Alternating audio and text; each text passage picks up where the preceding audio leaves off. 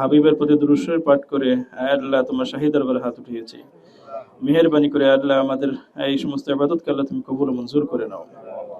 আল্লাহ আমাদের জীবনের জানা অজানা সমস্ত গুনাহ খাতাকে আল্লাহ তুমি মাফ করে দাও ইয়া রাব্বাল আলামিন। সারা বিশ্বের আল্লাহ হযরত আদম আলাইহিস সালাতু ওয়াস সালাম হতে আজ পর্যন্ত যত মুমিন নর-নারী ইন্তেকাল করেছে তাদের সকলকে আল্লাহ তুমি মাফ করে দাও। আল্লাহ বাংলাদেশের আল্লাহ খাস করে বেগম রোকেয়া বিশ্ববিদ্যালয়ের আল্লাহ জুলাইয়ের প্রথম শাহাদত শানের বিশ্ববিদ্যালয় হিসেবে তুমি কবুল করে নাও ইয়া রাব্বাল আলামিন। আল্লাহ খাস করে আবু সাইদের বিশ্ববিদ্যালয়কে আল্লাহ তুমি কবুল করে নাও।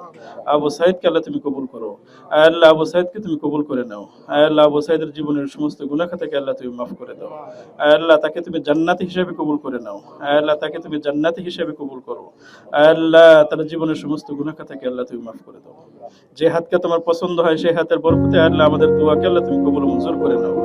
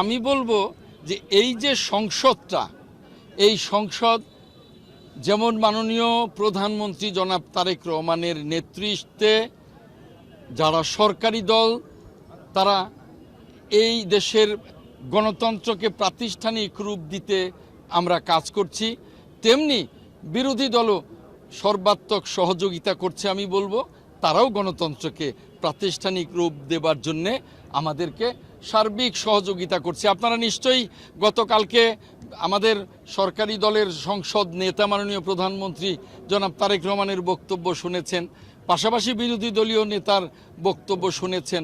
আমরা সরকারি দল বিরোধী দল মিলেই গণতন্ত্রকে যেমনি প্রাতিষ্ঠানিক রূপ দিতে চাই, তেমনি জুলাই সনদকে অক্ষরে অক্ষরে বাস্তবায়ন করতে চাই। এখন বিরোধী দল মাঝে মধ্যে যে মেঠু বক্তৃতা করেন সেটা তো তাদের রাজনৈতিক বক্তব্য। আমরা কিন্তু সংসদে সেভাবেই কথা বলি এবং সংসদকে কার্যকর করবার জন্যে এবং জুলাই সনদ বাস্তবায়ন করবার জন্যে আমরা অঙ্গীকারাবদ্ধ।